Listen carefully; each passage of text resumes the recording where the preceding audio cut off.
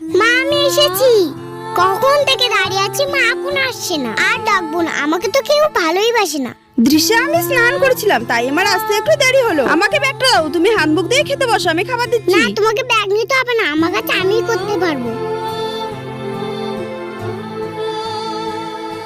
দৃশ্যা, আমি খাই দিব? তোমাকে খাই দিতে হবে না, আমি বড় হচ্ছি, আমি একা খেতে পারবো। থালাটা দাও। আমি খাই দিচ্ছি সোনা। না, তুমি যাও, আমার কথা ভাবতে হবে না।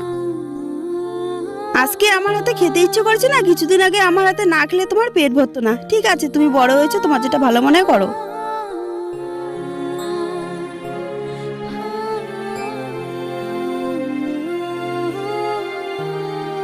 মা, তুমি আমাকে খাই দাও, তোমার হাতে না খেলে আমার পেট ভরে না। সরি মা, আর কোনদিন এমন করে বলবো না।